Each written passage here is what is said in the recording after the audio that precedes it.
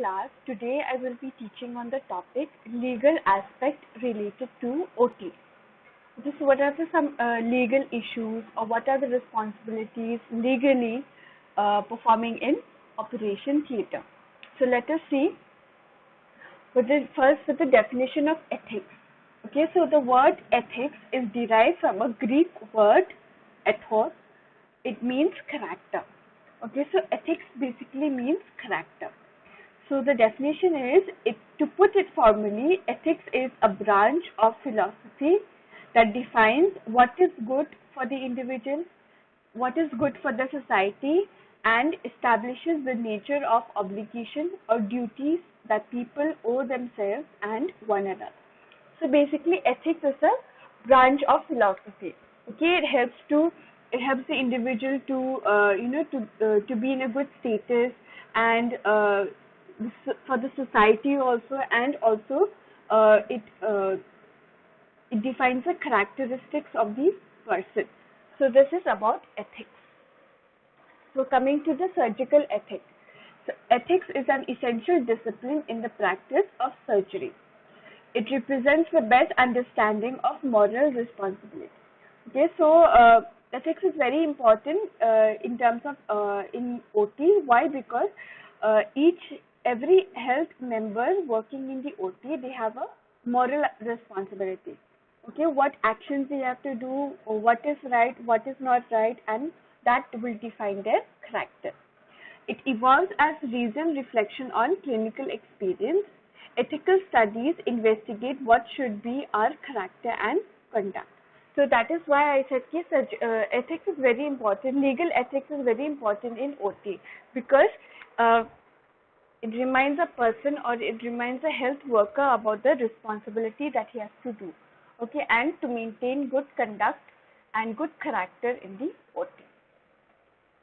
So the objectives of ethical and legal aspects are: number one, it states the purposes of the medical record. Number two, it states the guidelines for quality documentation. Third, it lists some types of charting. Fourth, state the requirements of giving report. And five, it lists some common charting mistakes leading to medical malpractice. Okay, so these are some of the objectives of the ethical and legal aspect. So there are some legal issues which are present in OT. Okay, first is the autonomy, then informed consent and difficulties, third is confidentiality, and fourth is excellent standards. So let us see these ethical issues one by one. So what do you mean by autonomy? Autonomy is we have to respect the autonomy of a patient and their ability to make choice about their treatment. Autonomy means like self-directing, okay, self-determination or self-right. So it recognizes the right of a patient to self-determination. It helps. Autonomy is the principle that tells an individual about his own rights. Okay, what he is trying to do, or what is he determined to do, what is his motive. Okay, so it is his right. So that is autonomy. So patients have the right to make choice over their surgical care. So suppose a patient is suffering from any disease condition and the doctor is suggesting the surgery, okay, that this surgery can be performed or this surgery can be performed. So it is the patient's right. Okay, they can choose whether to go with the surgery or to cancel the surgery. Okay, so that is autonomy. So these are some of the legal issues. Number two is then we have the attention. So information accurate and reasonably complete. Okay, so the information that we have to give to the patient about the surgery or any medical management, it should be accurate, it should be correct, and it should be complete. Okay, it should be factual. Then avoid any technical language, avoid any languages which are not understood by the patient. Then provision of a translator. If the patients are not able to understand what it is written in the consent or any documents, then the translator is necessary. And as a nurse, we have to clarify the doubts also. Whatever the doubts are having regarding the surgery, then that has to be answered to the patient. Then coming to the consent, informed consent. So the second is the legal and ethical issues, informed consent. So consent problems arises because the patients experiencing acute or life-threatening illness that interferes with their ability to make decisions on treatment or any participation in research. So sometimes when patients are in a life-threatening situation, okay, when they are having cardiac arrest, then in that case, consent is not being given by the patient. Okay, so there is a problem. Next, the informed consent is based on the principle of autonomy. It depends on the right of the patient. Okay, the patient has the right to give consent, whether he is going to do the procedure or he is not going to do the procedure. Next, the consent denotes voluntary agreement, permission, or compliance. So, consent is basically an agreement that he is going to undergo the surgery or he is going to take the treatment. Okay, so that is consent. Next point to be considered in consent. Okay, so the consent must be given voluntarily. It should not be forced. Okay, you cannot force a nurse or a doctor cannot force a patient to do the surgery or to take the treatment or to take the injection. Okay, it is given voluntarily. If patient is not mentally capable, then informed consent should be obtained by, from the surrogate or the legal next of the kin. So from the parents or from the guardian. It should be given by a person of sound mind and above the age of 18 years. Okay, so patients who are above 18 years can give their own consent. They can sign the agreement. But if they are less than 18 years, they are minor, then the consent should be given by the parents or the guardian. Then it requires a disclosure of basic information considered necessary for decision making. So confidentiality should be maintained. Okay, any information about the patient should not be spread or it should not be disclosed to any other patient. Patients providing consent should be free from pain and depression. Okay, so patients, they should be pain free, they should not be in depression when they are giving the consent or the agreement.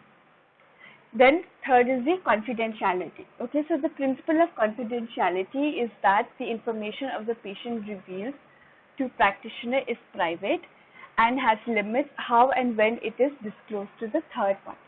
So confidentiality meaning privacy. ठीक है, तो जो भी patients की medical records है,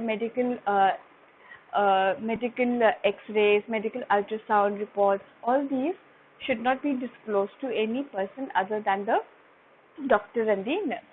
Then breaking confidentiality. If the patient is threat to self or others, okay, when do we have to break or when we have to expose the patient's document? When the patient is a threat, okay, when the patient is not stable.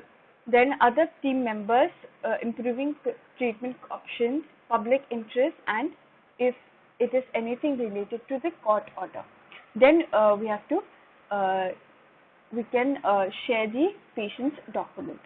So this is confidentiality. Then good standard. Good standard means to optimize success in protecting life and health to an accessible standard, meaning that we have to make sure that the patient's health comes first. It should be there should be positive outcome from the OT procedure. Okay, and practitioner must offer specialized treatment in which they have been properly trained. Okay, so the doctors also they should not make any mistake while doing the surgery. Okay, they should follow protocols. Nurses also should follow protocols. Okay, like I've taught you protocols in OT. So all these will reflect the good standard of an individual. Now, what are the legal role of the nurse? Okay, provider of service. First, the nurse has to ensure that the patient receives competent and safe and holistic care. So, make sure that the patient is safe inside the OT. Patient is placed in a trolley. Patient is being covered with a blanket. Okay, patient's identity should be present. All these a nurse should be responsible. Then render care by standards of reasonable, prudent person. Okay, so responsibility of the nurse should be followed properly. Okay, the nurse should be calm. The nurse should be helpful. Should not be rude to the patient in the OT. Then nurse should supervise or evaluate which has been delegated. Okay, supervision is very important. Okay, then a nurse has to is responsible for documentation of care. Okay, जो भी instruments use किए हैं for the patient, that has to be recorded. Whatever medications are being given to the patient inside the OT, that should be documented. Then maintain a clinical competency. So these are some of the legal role of the nurse. Then negligence, matlab avoiding or unpurposely you are doing a wrong thing. That is called negligence. Legal negligence of a nurse, they are: number one, failure to use equipment in a responsible manner. Okay, so not able to perform the equipment properly or not able to handle the equipment properly. Okay, so sterility not being maintained while giving OT equipments to the doctors, that is legal negligence. Number two, failure to assess, monitor, and failure to communicate with the patient. So this is also negligence. Okay, a nurse who is not able to communicate properly with the patient. Okay, that आपकी surgery हो गया है, ये incisions हुआ है, and any communication which is given to the patient, it is not being followed, then it is called legal negligence. Then failure to assess, failure to monitor the patient's vital signs. Okay, कितना drainage हो गया, कितना urine output है, and what is the BP of the patient. All these, if they are not being checked, then it is legal negligence. Then failure to document. Okay, जो भी OT procedures हुआ है, जो भी OT instruments used हुआ है for the patient, if they are not properly documented, then that is legal negligence. And failure to act as a patient advocate. This also is one of the legal negligence of a nurse. Okay, so so these are about the legal and ethical aspects, okay, of health care members and patients inside the OT. Okay, so this is very important topic also. Okay, so thank you, class.